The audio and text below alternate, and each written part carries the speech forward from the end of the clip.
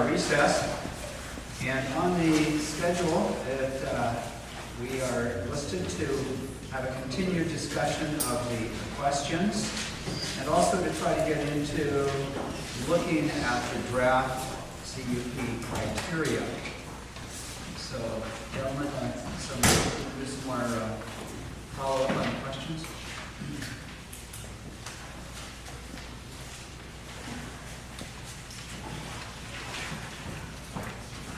Kind of left it with question 6, and that trips right into kind of the end game here of how we back and forth resolve.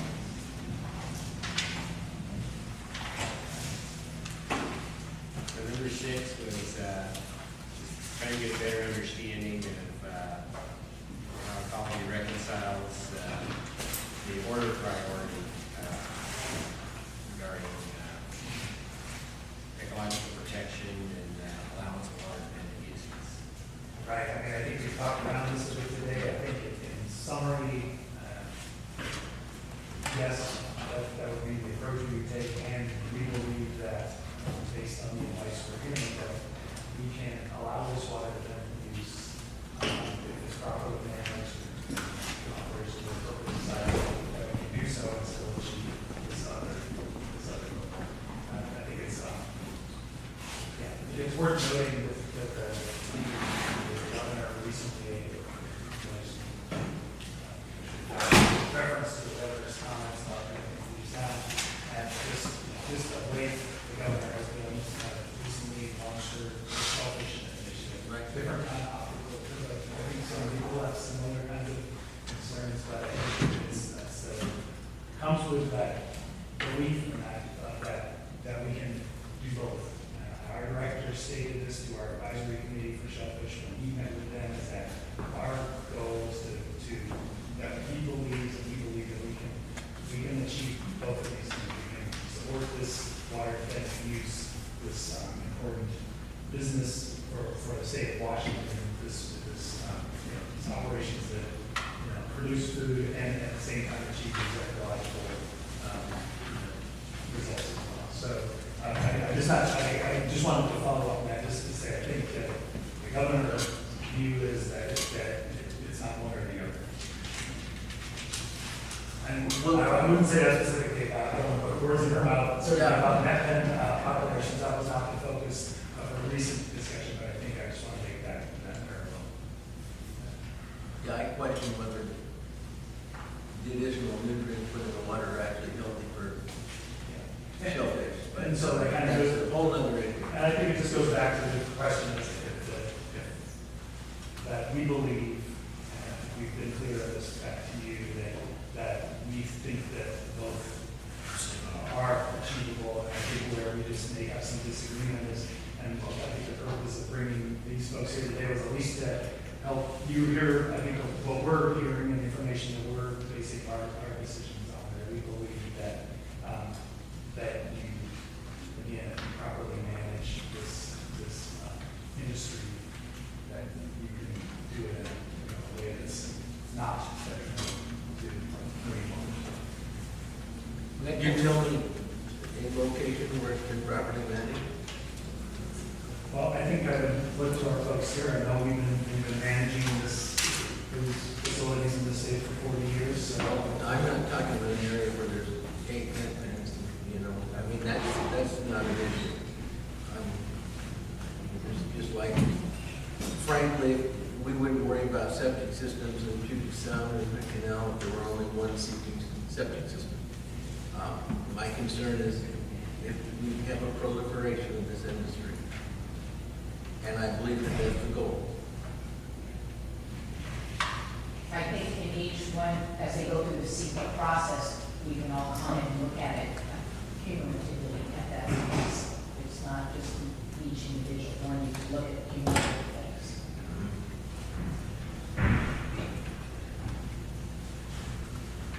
You can't, that kind of gets us to number 12. Is kind of, let's get to the end. yeah, we've actually dealt with most of them. Yeah. Okay. But if we adopt, we actually have within our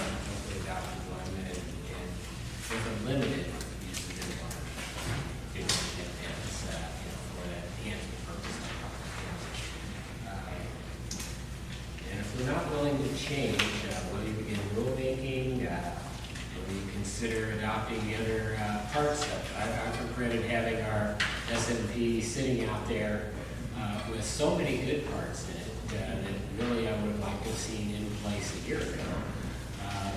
Wait all this time, and we've kind of gotten to where we actually agree on virtually everything until we get down to this issue. So it seems a shame to let the rest of it wait. Maybe we can address those issues. Well, I would just say I think we share that same frustration or just the concern. I think we would like to get this done. A great deal of work on this. And the rest of the master program, from our view, is our recommendation to our director would be, this is great stuff, let's do it. I think we're just hung up on this one issue. And so let me just walk through what the options are in terms of the approval process. So if you submit something to us that we, again, just don't feel it's consistent with the state law and that we don't think we'll be able to defend if it got appealed, if we get to that situation and you want to submit it, knowing that that's going to be the response, because at some point, if nothing changes, I think we've been pretty clear about that. And again, I need to be careful and say, this is our recommendation to our director, so we can't tell you this is what the answer will be, but this will be our recommendation. So if we get to that stage, to a denial, then typically what usually happens at that point is that we go back into negotiation. We try to do that right away, but we try to, before this is made, it could still go back into the negotiating process. But once we make that decision, affirmative or deny the master program, then there's the appeal period. Then if the master program at that point gets appealed, then it would go to the growth management for resolution.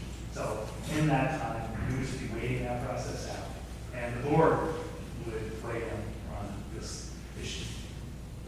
And assuming the appeal is about this particular issue, it would be about any issue in the master program. So if we deny, if we approve, we just, again, it goes through the appeal process, and then it's still the appeal, and then it just becomes in effect. If we deny, if we deny, it gets appealed, and the board says, Jefferson County is right, or they say college is right, then we decide the direction we can go. But presumably, the board says the county is perfectly, in their rights to take the back they did. We would probably just approve it and say, okay, we have a new piece of information that's part, in the body of evidence out there. If they said, no, ecology is right in this Jefferson County, you shouldn't remove it, and applicable to, then you would decide at that point what you want. If you either right now just said, we're done, we don't want to work with this anymore, or if you, if it was appealed, we went through the whole process, and in the end, you just decided, no, we're done, we're not gonna do this thing, then ecology is required in our order to adopt the master program for you by rule. And I can tell you that is by far the least desirable position for us. We do not want to be doing that. I would suspect you probably don't. You might not want it either. And so what that would do is that would open up the rulemaking process. That essentially starts, brings the public process up. It starts a lot of things over. The requirements, Steve was talking about before with small business impacts, there would be, we would just have to go through all of the state rulemaking process. We have worked very hard to avoid rotation.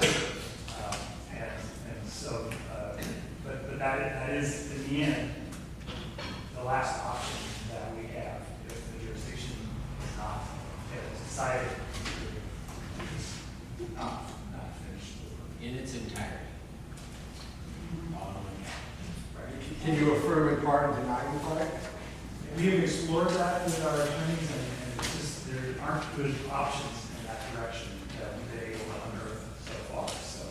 So unless you've got some other suggestions here, that's what we need to do. It's got to be packaged, because it's a comprehensive shoreline master program. But it does say how the wax about segments, that segments can be approved or disapproved. Or it said that the rulemaking would be limited to a segment That you that didn't. you had an issue with. So what would the rulemaking be limited to? Would it be everything, or would it just be the segment that you didn't like? Because we encountered this question in the green aquaculture part of the rulemaking, and we were told that if you can open it to only sections of the guidelines. We were addressing the guidelines stuff, which is different than SMP, but once you open up, like we opened up 173.26, the whole guidelines, which means that anybody could comment on any part of the guidelines, even though our interests were primarily to do with shellfish aquaculture. So people could come in, and so we're offering up your whole SMP. We can focus our written materials, we can sort of telegraph our intent and our concern, and that the rest of it meets state standards and requirements, meets the SMA, meets the guidelines, and there's only one piece that doesn't, that we see that doesn't. And so in that regard, even if we got comments, we could say, but it's okay because it meets the standards. And this is the only piece that doesn't. And so we can frame how we accept comments. We can telegraph out to the public what we're looking at. But legally, they could open up and find something there that maybe we misinterpreted as meeting the guidelines and the SMA that maybe we missed. And so there could potentially be changes that are unexpected. So, I'm not sure. but it would be highly unlikely, I think, in this case, because it's such a limited frame. But Yeah, so I'm not sure how parallel just to stay to the basic rulemaking rules are with the way it's laid out in the shoreline guidelines. So the question I would have about that. And I guess the one thing I'd suggest is just that, we wanted to explore this route too, because we're concerned about having the whole thing get held down by this one issue. So, but when we explore it with our attorneys, they were concerned about it. So, what I would suggest is maybe what we do is we bring our councils together and we have a conversation about this, just to make sure that, that we haven't looked at every possibility here, just to confirm that is not an option before we move forward here. But I think, part of these are comprehensive updates. You need to look at that whole, your whole shoreline ecosystem and all the different uses. So you're trying to not do this in a similar way, which was the goal of the shoreline act. You really want to take the comprehensive view. So, but I'm willing to see if we can set up something, at least have that conversation to make sure we've looked at everything. Yeah, I would concur that WAC, I believe, does address rulemaking on those portions that you find do not meet the SMA.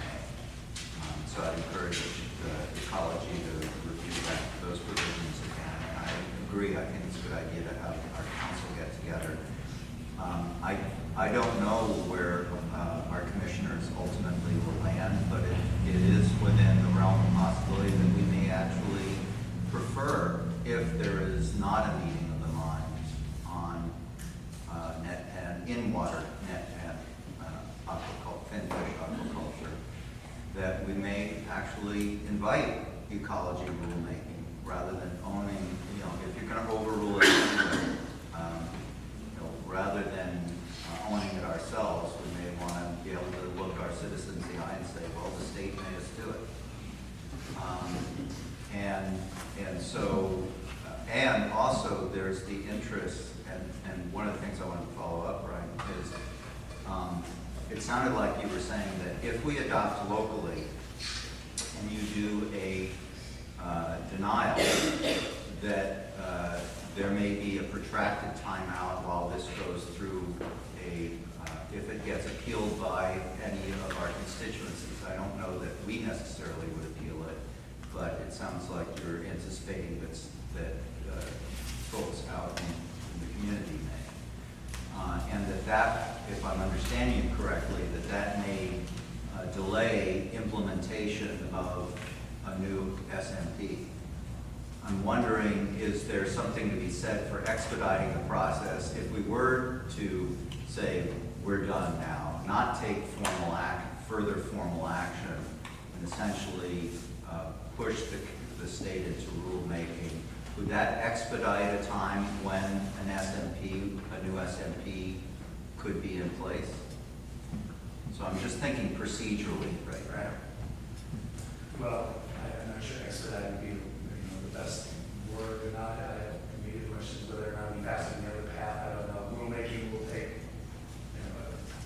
Yeah. 9 to 12 months, just to meet all the required steps in the rulemaking process. We'll take an investment of money to state resources to pay the economic impact analysis, small business impact analysis, those other required steps, significant public notice requirements, all of them. So it's a process that takes a while.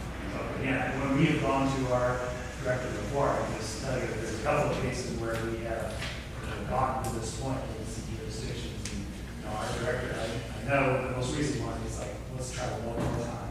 I will make the call. I will call the county commissioner, and in that jurisdiction may end up creating some other process to work through this particular challenge we're facing. So I know our director is very hesitant to try to go this route. I understand. We have an obligation at some point. Right. And it's not just resources. I mean, that is a big piece of it, but it's more just, that's not how this system was designed to work. And it was in the guidelines, these new guidelines was designed